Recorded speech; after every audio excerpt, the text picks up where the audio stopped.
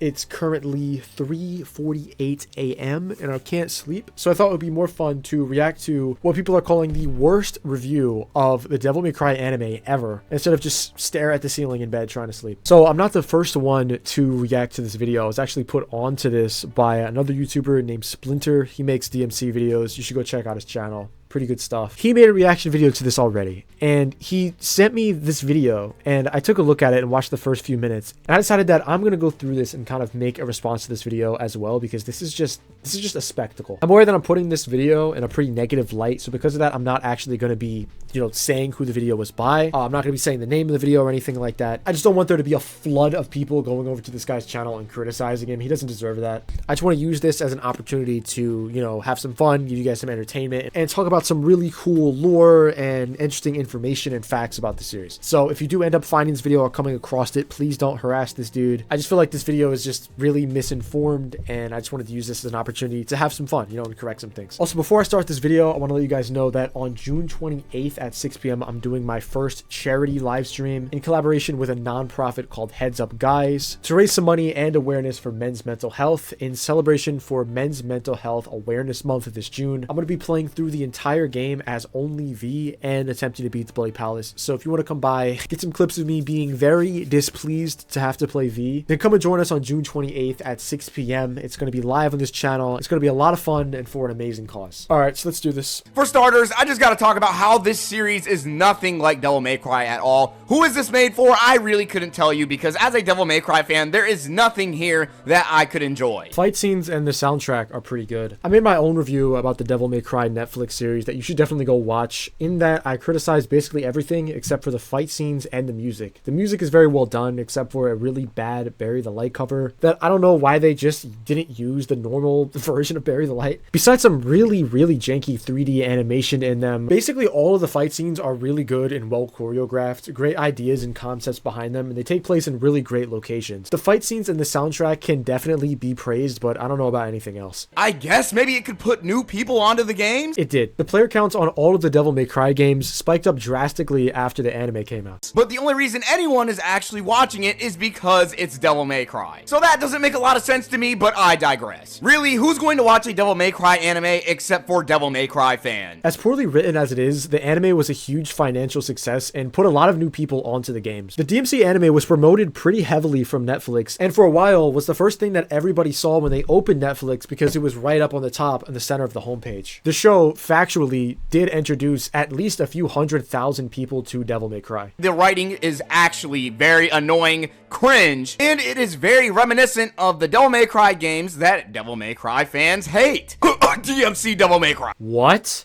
The DMC anime's writing is reminiscent of the reboot? How? It's edgy like the reboot is? Is that what he's insinuating? Despite me saying Devil May Cry so many times, this series actually takes itself very seriously. What? The game where the main character gets a cowboy hat and starts dancing around like Michael Jackson after millions of people are killed. The game series where the main character gets a new weapon and shoots it at a wall while making sex jokes for 5 minutes straight. The game series where the main character shoots his guns infinitely because he never needs to reload because his superpowers let him make bullets inside of the gun. It takes itself seriously. The name of the series literally is a pun of the phrase devil may care, because the main character has a devil may care attitude and doesn't take anything he does seriously. And this show does the exact opposite. There's nothing to take serious from this. It's kind of brain dead, and it tries to sell you a lot on nice action moments. Dude, the footage that he's speaking over is contradicting himself. He's saying that the games take themselves very seriously and that the anime, in contrary to it, has crazy slapstick action that doesn't take itself seriously at all. Look, while talking over this clip, he actually sat down and edited all this together. But a fight alone is not going to be enough of a good reason for me to watch an entire 8 episodes, let alone 20. If all I cared about was fights, I would take my dumb ass over to TikTok and watch aura farming clips. Well, I mean, he watched the whole anime anyway, and aura farming clips, what does it have to do with fighting? That joke doesn't make any sense. If he wanted to watch fighting, then he would go to TikTok and not watch fighting? First, I gotta talk about the Devil May Cry games. So in this show, we have Lady, or as some of you neckbeards want to call her real name, Mary. I've never heard anyone call her that. He makes some points about Lady's cursing and how the script is horrible and how the characterization sucks, and he's correct. These are points that have been talked to death, so I'm just gonna skip over them. The only thing here that captures what Devil May Cry is are a bunch of little references that no one is going to fucking understand, because we're gonna have,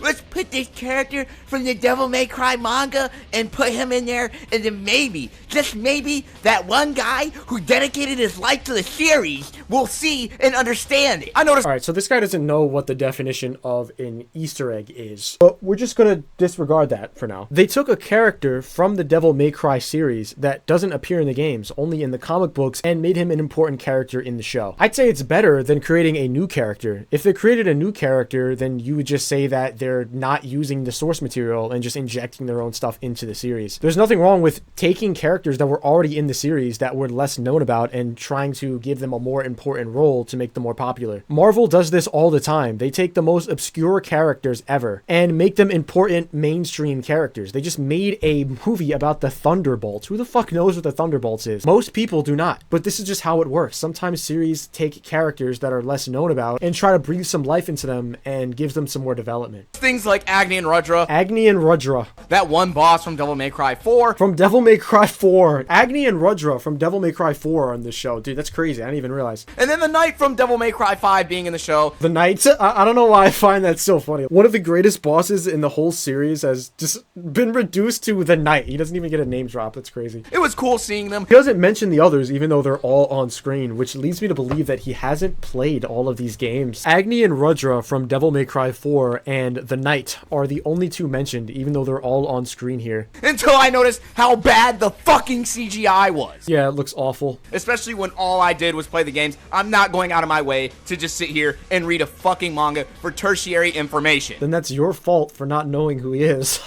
What? They use an obscure character. Not everybody knows who he is. That's fine. But in a way, it's your fault for not knowing who he is. And that's okay. You can learn who he is from the show. Just don't get mad at the show for including characters in it that are from parts of the series that you know that you haven't seen. The best character here was honestly Enzo. Okay, what the fuck? Alright, well... Wow, I mean, everyone is entitled to their opinion. He showed up in Bayonetta. If you played that, that's a cool reference, but I mean... Sorry, I feel like I'm pausing this so often. So, would he be mad at the show for including Enzo in it, an obscure character, if he hadn't played Bayonetta? If he hadn't played Bayonetta before this that had Enzo in it, then would he be mad at the show for including an obscure character that he doesn't know? I guess we'll never know. This anime does not feel like it came from a guy that's played all the games. It felt like it was made by a guy who just went on YouTube and watched a fucking Devil May Cry iceberg or lore video, then started making a show. Or watching all of the damn cutscenes. But there's just so much wrong here. Why do Agni and Rudra... Bro, this show, it's like it's made by somebody who's just watched the cutscenes of the game or watched YouTube videos and never even played the game, dude. The part when Agni and Rudra from Devil May Cry 4 showed up. So I watched the show in English. It is made by Americans, so I'm going to watch it in fucking English. No, you're gonna watch it in English because you speak English. What does this mean? So the English in this show was actually really good. The voice act... The English in my American show was good. Yeah, and my American show, the English was very good. Very good grammar, very good pronunciation. It was actually pretty damn good. And that's what happens when Americans make an American anime. What is he talking about? What the fuck? We're just gonna go through some synopsises. Synopses. So the first episode has the rabbit character show up, and then he starts finally making all of his plans fall a little bit into motion. Finally, that's the first thing that happens upon opening the show. That's the very first. Finally, the first thing that ever happened in the show is the White Rabbit starts his plan. And the first scene of the show, the White Rabbit finally does his plan. Oh my. And of course, we finally get to see Dante do a bit of demon hunting. And to be fair, what do you mean finally? This is the first 60 seconds of the show. This is the first 60 seconds, and it finally happened. This is one of the few times he uses his iconic weapons, ebony and ivory. Oh my god. Also, that's not ebony and ivory. That's just some normal guns, dude. Right after he kills this demon, this is where the show honestly goes downhill. It tells you everything you need to know about the direction that they're taking. Dude, this show is terrible. 60 seconds into the first episode, Dante takes out the first 2 demons, and then the story starts. Pretend I just shot that guy. Bang! Man, Skeletor did not hold up since the 80s. Skeletor did not hold up since the fucking 80s. What in the Marvel movie is this shit? He edits out the part where right after that, Dante admits that it was a cringy, corny line and that he usually can come up with something better. It's written like that on purpose to show that Dante is new to demon hunting, and because of that, doesn't have the really funny jokes and one-liners off the top of his head like he does later in his career. But he edits that part out because it wouldn't line up with his point. That is very annoying in this show is the excessive use of the jackpot line. It's said 4 times across 8 episodes. It kills any kind of weight in character that saying had. So definitely get used to that. I know I didn't, but They said it 4 times in 8 episodes. If each episode is 30 minutes times 8 episodes, that's 240 divided by 60. That's 4 hours. So they said it 4 times across 4 hours. So I guess if you don't want to hear jackpot once an hour, then this isn't the show for you. I really kind of felt like I was watching an episode of the Boondocks, and not in a good way. Especially with this cowboy politician character showing up in the series. He's the president of the United States. And now you're telling me there's demons crawling up out of hell? Play into stereotypes and tropes because that's how Americans write their shows. American man has Southern American accent. The show's trash. Over stereotypical. Dante getting a milkshake, and it goes south, so another demon tries to kill him. And this is another demon from Devil May Cry 2. Jesus Christ. Dude. No. I kind of had a feeling because I could not recognize this. What do you mean you had a feeling? People say that when they're confirmed to be correct about something. If he were to try to confirm if he was correct about Plasma being from Devil May Cry 2 by Googling it or something, then he would be proven wrong. So what does he mean that he had a feeling? But while the demon is fighting Dante while he's trying to get his milkshake, it takes the form of Virgil. I just think it's funny because it just seems like we can't go a Devil May Cry game or Devil May Cry anything without seeing Virgil. Local man gets mad because Virgil appears in his Devil May Cry game. I love Virgil as much as the next guy. He definitely makes this series a part of what it is. But after a while, how many times are we gonna keep getting this character milked? He was in 2 games. He was in Devil May Cry 3, and then he came back in Devil May Cry 5. I don't really count the reboot as being a part of the mainline series. And I guess you could count Nello Angelo as being Virgil, but what the fuck is he talking about? Episode 2 finally introduces Lady, and a whole militia gets a mission to hunt down Dante, and of course they make fun of him in a very cringe way. That's the guy we're supposed to be worried about? What's he gonna do? Get air, die on us? One thing about this scene here is the amount of shit talk these characters do that really just doesn't hit the landing at all. A room of the world's most deadly mercenaries are told that their target is a teenager. How could they not laugh? They don't know how powerful Dante is. It might low-key be my favorite fight throughout the whole entire anime. And of course they gotta sprinkle a little bit more of that cringe on top. I don't feel bad. I heal extremely fast. Like a superhero. Not that I call myself a superhero, but your mom does. Yeah, I agree. That's a terrible joke and barely makes any sense. Anyways, demons attack their convoy, and then Dante can't fight because he is handcuffed. And the demons here are from Devil May Cry 2, 3, 4, and 5, so that's a nice reference, I guess. Wait, so 2, 3, 4, and 5. Okay, so he thinks Plasma is from DMC 2. He thinks Agni and Ruja are from DMC 4. So then who does he think is from DMC 3? If he thinks Agni and Ruja are from 4, then he must think that Echidna is from 3, because earlier he said that Cavalier Angelo is from DMC 5. So has this guy played the games? He's riding the bike, and he's taking on Agni and Rudra. Right before he hits him, they say the corniest shit ever. Damn, he's cool.